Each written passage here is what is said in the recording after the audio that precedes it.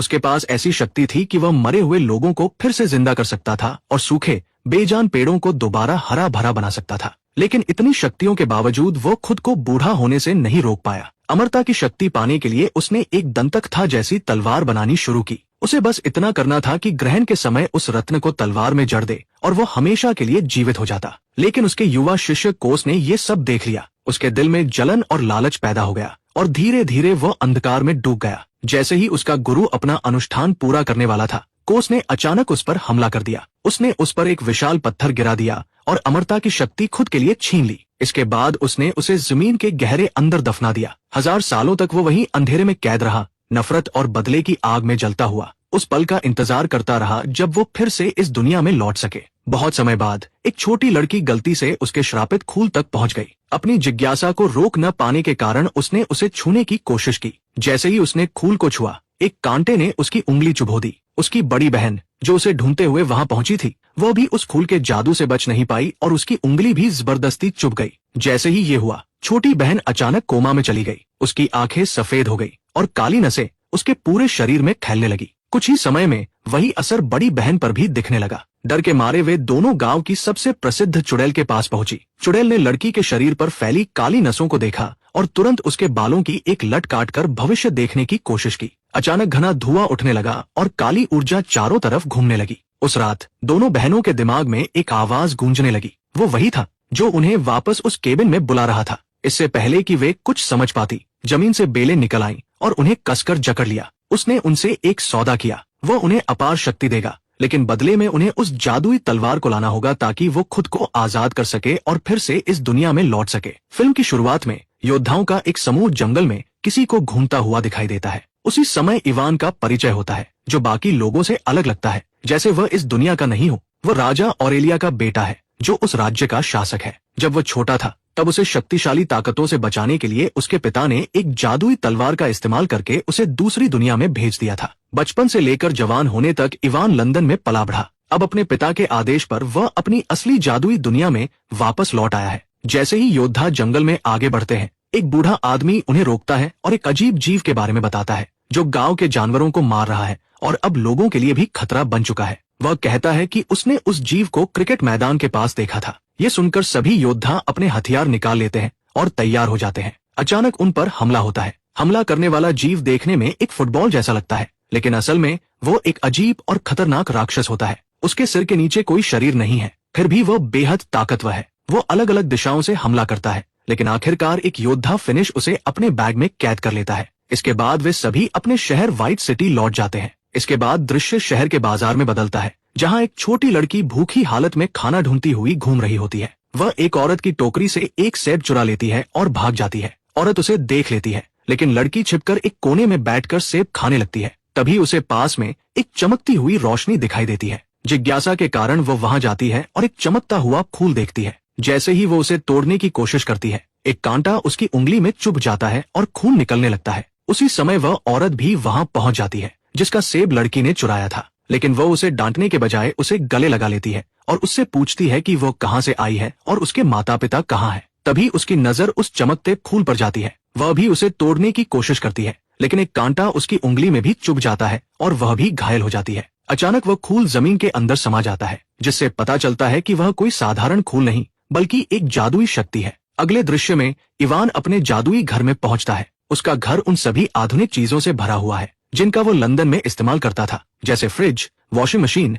Oven और TV. इन सबको चलाने के लिए उसने बाहर एक जनरेटर लगा रखा है। कुछ ही देर में फिल्म की हीरोइन एलिसिया वहां पहुंचती है। इवान और एलिसिया एक दूसरे से प्यार करते हैं और शादी करने की योजना बना चुके हैं। अचानक इवान के घर की सारी बिजली बंद हो जाती है। वो बाहर जाता है और देखता है कि एक गार्ड उसके जनरेटर को तोड़ रहा है, उसे किसी जीव समझकर। इवान गुस्से में गार्ड से बहस करता है और बताता है कि ये इस हफ्ते में दूसरा जनरेटर है जिसे उन्होंने नष्ट कर दिया है। दूसरी तरफ वो औरत छोटी लड़की को अपने घर ले जाती है, लेकिन लड़की अचानक बेहोश होकर गिर जाती है। उसकी हालत देखकर औरत डर जाती है। वह देखती है कि लड़की के शरीर पर अजीब निशान उभरने लगे हैं और कुछ ही समय में वही निशान उसके अपने शरीर पर भी आने लगते हैं। इसी बीच इवान अपने पिता के महल में जाता है, जहां वो जादुई तलवार रखी हुई है, वही तलवार जिससे उसे बचपन में दूसरी दुनिया में भेजा गया था। वह तलवार उठाकर उसे घुमाता है और एक पोर्टल खोलकर फिर से लंदन चला जाता है। वहां से वो बहुत सारा खाना और जरूरी सामान खरीदता है जिसे वो अक्सर जादुई दुनिया में लाता रहता है। उसी समय वो औरत लड़की को एक बूढ़ी चुड़ैल के पास ले जाती है जो जड़ी बूटियों और इलाज के लिए मशहूर है। लेकिन जैसे ही चुड़ैल लड़की को देखती है वो डर जाती है और कहती है कि बच्ची पर किसी खतरनाक बुरी शक्ति का कब्जा है। वह औरत को सलाह देती है कि वह तुरंत उस बच्ची को डुबोकर मार दे। ये सुनकर औरत गुस्से में आ जाती है और उसकी बात मानने से इनकार कर देती है। जादुई दुनिया में इवान वापस लौटता है जहां उसका पिता उसे राज्य के भव्य टूर्नामेंट में हिस्सा लेने के लिए कहता है। ये एक ऐसा मुकाबला होता है जिसमें सबसे बहादुर और ताकतवर योद्धा अपनी शक्ति दिखाते हैं, लेकिन इवान मना कर देता है। वह कहता है कि वह अपने पिता की तरह बहादुर या शक्तिशाली नहीं है। ये सुनकर राजा बहुत निराश हो जाता है। इसके बाद एक योद्धा साइरस का परिचय होता है जो राजा की सेना का हिस्सा है और 2 दिन के मिशन से लौटता है जहां उसने एक राक्षसी जीव को पकड़ा था। पूरा शहर उसकी बहादुरी का जश्न मनाता है, लेकिन इवान को ये सब बढ़ा चढ़ाकर दिखाना लगता है क्योंकि वह जानता है कि साइरस अक्सर अपनी तारीफ खुद करता है, खासकर एलिसिया के सामने। जल्द ही टूर्नामेंट शुरू होता है। योद्धा अपनी ताकत और कौशल का प्रदर्शन करते हैं जिससे लोग बहुत प्रभावित होते हैं। साइरस भी शानदार प्रदर्शन करता है और लोगों के साथ साथ एलिसिया की भी प्रशंसा हासिल करता है। राजा ऑरेलिया एक बार फिर इवान को भाग लेने के लिए कहता है, लेकिन वो फिर मना कर देता है। राज्य के लोग मानते हैं कि इवान में एक सच्चे राजकुमार के गुण नहीं है। वो न तो अपने पिता की तरह बहादुर है और न ही बुद्धिमान। लोग उसका सम्मान सिर्फ इसलिए करते हैं क्योंकि वह राजा का बेटा है। अचानक आकाश में 2 चुड़ैलें दिखाई देती है और दृश्य पिछली रात के फ्लैशबैक में चला जाता है। वो औरत और छोटी लड़की वापस उसी जगह जाती है जहां वो चमकता हुआ फूल था। अचानक जमीन से बेलें निकलती है और उन्हें जकड़कर हवा में उठा लेती है। वे पूरी तरह एक अंधेरे दानव के नियंत्रण में आ जाती है जो उन्हें नए रूप में बदल देता है और आदेश देता है कि वे राजा के महल से जादुई तलवार चुरा लाएं। वर्तमान में वापस आते हुए वे दोनों चुड़ैलें गलीना और वर्वा महल में पहुंचती है। गलीना सैनिकों पर जादू करती है जिससे उनके चेहरे विकृत हो जाते हैं और वे राजा के खिलाफ हो जाते हैं। वर्वा, जो एक शक्तिशाली चुड़ैल है, पता लगाती है कि तलवार महल के अंदर है। वो अपना रूप बदलकर महल में उड़ते हुए अंदर जाती है ताकि तलवार चुरा सके। इसी बीच बाहर अफरातफरी मच जाती है क्योंकि जादू के प्रभाव में आए सैनिक सभी पर हमला करने लगते हैं। फिनिश और एलिसिया बहादुरी से उनका सामना करते हैं। जंगल वाली बूढ़ी चुड़ैल भी उनकी मदद के लिए आ जाती है, साथ ही एक शक्तिशाली जादूगर भी जिसने पहले इवान को दुनियाओं के बीच यात्रा करने में मदद की थी। इस हंगामे के दौरान पहले पकड़ा गया राक्षसी जीव भी भाग निकलता है। इसी बीच वर्वा तलवार चुरा लेती है और भागने की कोशिश करती है। तभी इवान अपना मोबाइल फोन उसकी ओर फेंकता है जो उसे लग जाता है और तलवार उसके हाथ से गिर जाती है। वर्वा भी जमीन पर गिर जाती है। इवान तुरंत तलवार उठाकर अपने पिता को दे देता है, लेकिन जब राजा ऑरेलिया उसे इस्तेमाल करने की कोशिश करता है तो वह ठीक से काम नहीं करती। तब पता चलता है कि इवान ने उस तलवार का बहुत ज्यादा इस्तेमाल किया है दुनियाओं के बीच यात्रा करने के लिए, जिससे उसकी शक्ति कमजोर हो गई है। राजा तलवार वापस इवान को दे देता है और उसे आदेश देता है कि वह इसे लेकर भाग जाए और हर कीमत पर इसकी रक्षा करे। इवान, फिनिश, एलिसिया, साइरस और बूढ़ी चुड़ैल के साथ वहां से भाग निकलता है। जाने से पहले वह उस पकड़े गए जीव को भी साथ ले जाता है। दूसरी ओर गलीना वर्वा और कुछ सैनिकों को उनके पीछे भेज देती है ताकि वे तलवार वापस ला सके। जंगल से भागते हुए दुश्मन सैनिक उनका पीछा करते हैं। बूढ़ी चुड़ैल अपनी जादुई शक्ति का इस्तेमाल करके भ्रम पैदा करती है। वह चलती हुई चीजें उत्पन्न करती है जिनमें एक झोपड़ी भी शामिल होती है जो नदी पार करती हुई दिखाई देती है। इससे दुश्मनों को लगता है कि वे लोग नदी के दूसरी तरफ भाग गए हैं, लेकिन असल में इवान और उसके साथी नदी के किनारे एक खोखले पेड़ के तने के अंदर छिपे हुए होते हैं और अपने पीछा करने वालों को सफलतापूर्वक धोखा दे देते हैं। वहां इवान बूढ़ी चुड़ैल से पूछता है कि वे लोग कौन थे और तलवार के पीछे क्यों पड़े हुए हैं। चुड़ैल उसे बताती है कि शैतान वापस आ चुका है और वो उस तलवार को हासिल करना चाहता है। वे सभी उसी शैतान के जादू के रूप हैं जो हमेशा से उसकी सेवा करते आए हैं। वो समझाती है कि हजारों साल पहले इस भूमि में एक जादूगर था। वो बहुत अच्छा इंसान था जो अपने स्पर्श से किसी भी चीज में जीवन भर सकता था,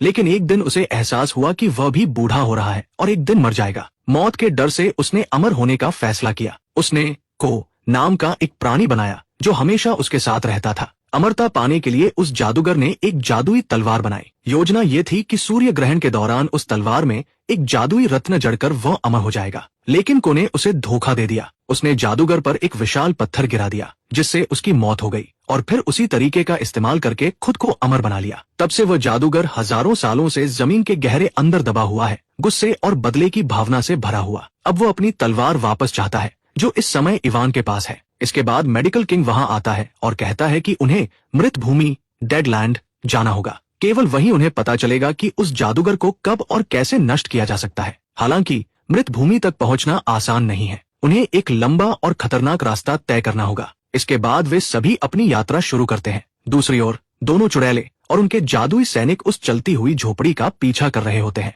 वे आखिरकार उसे पकड़ लेते हैं, लेकिन जब अंदर देखते हैं तो वहां कोई नहीं होता। गलीना झोपड़ी को जलाने का आदेश देती है। तभी अचानक एक और झोपड़ी प्रकट होती है और पहली झोपड़ी से टकरा जाती है, जिससे इवान और उसके साथी बच निकलते हैं। इसी बीच इवान और उसके साथी एक विशाल चट्टान के पास पहुंचते हैं, जहां उन्हें दो बड़े लोहे के छल्ले दिखाई देते हैं, जिन्हें कोई भी उठा नहीं पाता। बूढ़ी चुड़ैल अपने बैग से कुछ जादुई बेर निकालती है, जिन्हें खाने से उसे अपार शक्ति मिलती है। साइरस ये सब देखता है। फिर चुड़ैल और योद्धा मिलकर उन छल्लों को खींचते हैं और अचानक पानी से एक विशाल व्हेल निकलती है। तब पता चलता है कि जिसे वे चट्टान समझ रहे थे वो असल में उस व्हेल की पीठ थी। वो व्हेल उड़ने लगती है और उन्हें मृत भूमि की ओर ले जाती है। यात्रा के दौरान इवान चुपके से चुड़ैल के जादुई बेरों का बैग चुरा लेता है। लंबी यात्रा के बाद वे एक बर्फीले पहाड़ के पास पहुंचते हैं। वे व्हेल से उतरकर पैदल आगे बढ़ते हैं। इवान चोरी छिपे कुछ बेर खा लेता है और जबरदस्त ताकत हासिल कर लेता है। वह एक बड़ी चट्टान उठाकर सबको प्रभावित करता है और दावा करता है कि अब वो राजा बनने के योग्य है। आगे बढ़ते हुए वे एक बोलने वाले पहाड़ तक पहुंचते हैं। वो पहाड़ उन्हें चेतावनी देता है कि वे वापस लौट जाएं, क्योंकि जो भी इस बिंदु के आगे गया है वो कभी जिंदा लौटकर नहीं आया। वह कहता है कि मृत भूमि यहीं से शुरू होती है और आगे बढ़ने के लिए उन्हें उसके 3 सवालों का जवाब देना होगा, जिनका जवाब आज तक कोई नहीं दे पाया। इवान चालाकी से उसे धोखा देता है और ये यकीन दिला देता है कि उसने तीनों सवालों के जवाब दे दिए हैं। प्रभावित होकर पहाड़ उसे एक चमकता हुआ पत्थर देता है और अंदर जाने की अनुमति दे देता है, ये कहते हुए कि उसे अपने सारे जवाब अंदर मिल जाएंगे। इवान उस चमकते पत्थर के साथ पहाड़ के अंदर प्रवेश करता है, जहां चारों ओर घना अंधेरा होता है। अचानक वह देखता है कि उसका पिता राजा ऑरेलिया एक चट्टान पर खड़ा है। इवान उससे पूछता है कि वह वहां क्या कर रहा है। राजा बताता है कि इवान के जाने के बाद उस जादूगर ने उसे मार दिया और अब वो मर चुका है। इवान कहता है कि उसके पास वह चमकता पत्थर है, जिससे वो किसी एक मरे हुए व्यक्ति को वापस जिंदा कर सकता है। लेकिन उसका पिता मना कर देता है और कहता है कि वह अपना जीवन जी चुका है, अब राज्य की जिम्मेदारी इवान की है। फिर वह को बुलाता है और इवान से कहता है कि उसे मृत भूमि तक साथ ले जाए, क्योंकि वही जादूगर को हराने में मदद कर सकता है। असल में को वही प्राणी है जिसने जादूगर को धोखा देकर उसकी हत्या की थी और खुद अमर बन गया था। 5000 सालों बाद अब वह अपनी गलती सुधारना चाहता है और अमरता के श्राप से मुक्त होना चाहता है, इसलिए वह जादूगर को खत्म करने में मदद करना चाहता है। इवान भावुक हो जाता है और अपने पिता को साथ ले जाना चाहता है, लेकिन राजा जोर देकर कहता है कि कोई उसके साथ जाए और इवान को वहां से भेज देता है। इवान और को पहाड़ से बाहर निकलते हैं, जहां बाकी लोग को देखकर चौंक जाते हैं। दूसरी तरफ चुड़ैलें उन्हें ढूंढने की कोशिश कर रही होती है। गलीना एक जादुई चमकती हुई सत्ता बनाती है और वरवारा को आदेश देती है कि वह उन्हें ढूंढकर तलवार वापस लाए। इधर इवान और उसके साथी अपनी यात्रा फिर से शुरू करते हैं। एक बार फिर इवान जादुई बेरों का इस्तेमाल करके ताकत हासिल करता है और रास्ते की बाधाओं को हटाकर सबको प्रभावित करता है। बूढ़ी चुड़ैल को से पूछती है कि जादूगर को कैसे मारा जा सकता है, लेकिन इतने हजारों साल बीत जाने के कारण उसे ठीक से याद नहीं आता। वह बार बार उसके सिर पर मारती है, तब जाकर उसे कुछ याद आता है। वह बताता है कि जिस पत्थर से उसने जादूगर को मारा था उसे टुकड़ों में तोड़ना होगा, तभी जादूगर नष्ट होगा, लेकिन वह पत्थर केवल जादुई तलवार से ही टूट सकता है। एलिसिया याद दिलाती है कि तलवार इवान के पास है। ये सुनकर इवान चिंतित हो जाता है और स्वीकार करता है कि तलवार की शक्ति कमजोर हो गई है, क्योंकि उसने उसे बार बार दुनियाओं के बीच पोर्टल बनाने के लिए इस्तेमाल किया था। ये सुनकर सभी नाराज हो जाते हैं। इवान तलवार लेकर जंगल में चला जाता है और अपने किए पर पछताने लगता है। सोचते सोचते वो अनजाने में तलवार को जमीन में घुसा देता है। धरती की ऊर्जा तलवार की शक्ति को फिर से बहाल कर देती है। इसे जांचने के लिए वह एक चट्टान को 2 हिस्सों में काट देता है और समझ जाता है कि तलवार फिर से काम कर रही है। इसके बाद वह बची हुई सारी जादुई बेर खा लेता है और तलवार को एक भारी चट्टान के नीचे रखकर आराम करने लगता है। उसी समय फिनिश पहरा दे रहा होता है, लेकिन अचानक उसे एक तीर लग जाता है। पता चलता है कि वरवारा ने उन्हें ढूंढ लिया है और अपनी सेना के साथ हमला कर दिया है। एलिसिया को और बाकी सभी जादुई सैनिकों से लड़ते हैं। इवान तलवार निकालने के लिए चट्टान हटाने की कोशिश करता है, लेकिन वह नहीं कर पाता क्योंकि बेर का असर खत्म हो चुका होता है और उसके पास अब कोई बेर नहीं बचा होता। बाकी लोग जादुई बेरों का बैग देख लेते हैं और समझ जाते हैं कि इवान की सारी ताकत उन्हीं बेरों की वजह से थी। बूढ़ी चुड़ैल गुस्से से भर जाती है। जादुई सेना के सामने कमजोर पड़कर उन्हें पीछे हटना पड़ता है। वरवारा उन्हें जानबूझकर भागने देती है क्योंकि उसका असली लक्ष्य तलवार है। उसके सैनिक चट्टान के नीचे से तलवार निकाल लेते हैं और वरवारा उसे अपने पास रख लेती है। लेकिन यहाँ एक मोड़ आता है। वरवारा खुद उस तलवार को रखना चाहती है और अमर बनना चाहती है, न कि उसे गलीना को देना। इसी बीच इवान और उसके साथी जंगल में छिपे होते हैं। फिनिश बुरी तरह घायल है और उसकी हालत खराब होती जा रही है। को सुझाव देता है कि उसे किसी शहर ले जाना चाहिए। इवान से नाराज होकर वे उसे वहीं छोड़ देते हैं। इवान उनका पीछा करता है, लेकिन एक भूस्खलन उसे उनसे अलग कर देता है और वे उसे छोड़कर चले जाते हैं। इवान और वह जीव वापस उसी जगह पहुंचते हैं जहां पहले उन पर हमला हुआ था। वहां इवान को तलवार का खोल शीथ मिल जाता है। दूसरी ओर वरवारा तलवार लेकर जा रही होती है। तभी गलीना उसका सामना करती है। दोनों के बीच लड़ाई होती है और तलवार जंगल में कहीं गिर जाती है। गलीना वरवारा पर विश्वासघात का आरोप लगाती है, लेकिन वरवारा अब जादूगर की सेवा करने से इनकार कर देती है। गलीना उस पर जादू करके उसे फिर से अपने नियंत्रण में ले लेती है और अपने सैनिकों को तलवार ढूंढने के लिए भेज देती है। इसी बीच पहले भागा हुआ राक्षसी जीव उस गिरी हुई तलवार को ढूंढ लेता है और उसे लेकर इवान के पास पहुंच जाता है। खुश होकर इवान वापस व्हाइट सिटी लौटता है। वहां शहर पर जादूगर की सेना हमला कर रही होती है। इवान अपनी तलवार से उनसे लड़ना शुरू कर देता है। जल्द ही बाकी साथी भी आ जाते हैं और बूढ़ी चुड़ैल द्वारा बनाई गई दवा से फिनिश का इलाज करते हैं। उसके घाव तुरंत भरने लगते हैं। सभी मिलकर जादुई सेना से लड़ते हैं। वह जीव उन्हें एक विशाल पत्थर के पास ले जाता है और संकेत देता है कि शायद यही वो पत्थर है जिसे नष्ट करना होगा। इवान उसे काटने की कोशिश करता है, लेकिन कुछ नहीं होता। अचानक एक सैनिक को का सिर काट देता है। फिर भी को का सिर बोलता रहता है और रेलस्टोन की ओर इशारा करता है। जैसे ही इवान उसकी ओर बढ़ता है, को अपना सिर वापस जोड़ने की कोशिश करता है, लेकिन तभी गलीना वहां आ जाती है और अपने जादू से उसे और उस जीव को दूर फेंक देती है। जैसे ही इवान पत्थर पर वार करने वाला होता है, को सब कुछ याद आ जाता है और वह चिल्लाता है कि उस पत्थर को नष्ट करने से जादूगर आजाद हो जाएगा। लेकिन तब तक बहुत देर हो चुकी होती है। इवान तलवार को पत्थर में घुसा देता है और जादूगर मुक्त हो जाता है। चारों ओर तेज रोशनी फैल जाती है। आजाद होते ही जादूगर गुस्से में इवान पर हमला करता है। जैसे ही वो उसे मारने वाला होता है, को बीच में आ जाता है और उससे विनती करता है कि वह उसे सजा दे, ये स्वीकार करते हुए कि उसने विश्वासघात किया था और अमरता एक श्राप है, वरदान नहीं। जादूगर उसकी बात अनसुनी कर देता है और उसे फिर से जमीन के अंदर कैद कर देता है। बाकी सभी उस पर हमला करते हैं, लेकिन वह उन्हें आसानी से हरा देता है और अपने जादू से सभी को जिंदा दफनाने लगता है। इवान लड़ने की कोशिश करता है, लेकिन असफल हो जाता है। उसी समय उसे अपने पिता का दर्शन होता है, जो उसे बताते हैं कि उनकी शक्ति धरती से आती है, वे उसी से जन्मे हैं। इवान फिर से हिम्मत जुटाता है और जमीन से शक्ति खींचता है। वो खुद को आजाद करता है, जादूगर की बेलों को काटता है और कहता है कि अगर धरती उसे शक्ति देती है तो जादूगर को भी देती होगी। इस बात को समझकर वह जादूगर को जमीन से बाहर खींच लेता है, जिससे वो कमजोर हो जाता है। फिर वह अपनी तलवार से एक पोर्टल खोलता है और जादूगर को खींचकर इंसानों की दुनिया मॉस्को में ले जाता है। वहां जादूगर जमीन से शक्ति लेने की कोशिश करता है, लेकिन इवान उसे बताता है कि ये उसकी दुनिया नहीं है। मॉस्को में जमीन इमारतों और गहरे बेसमेंट से ढकी हुई है, जिससे उसके लिए धरती की ऊर्जा पाना मुश्किल हो जाता है। जादूगर जमीन को तोड़ने की कोशिश करता है, लेकिन कमजोर होता जाता है और अंत में मर जाता है। मरने से पहले वह चेतावनी देता है कि वह एक दिन वापस आएगा और दोनों दुनियाओं को नष्ट कर देगा। इसके बाद वो राख में बदल जाता है। उसकी मौत के साथ ही दूसरी दुनिया में उसका जादू कमजोर पड़ जाता है और जो लोग जमीन के नीचे दबे थे वे सुरक्षित बाहर आ जाते हैं। इवान पोर्टल के जरिए वापस लौट आता है। महान जादूगर उन सैनिकों को भी ठीक कर देता है जो दुश्मन के नियंत्रण में थे। गलीना उन्हें चेतावनी देती है कि इसे जीत न समझे और वहां से भाग जाती है। अंतिम दृश्य में शहर के लोग इवान को अपना राजा स्वीकार कर लेते हैं और सभी खुशी खुशी रहने लगते हैं। इसी के साथ फिल्म समाप्त हो जाती है।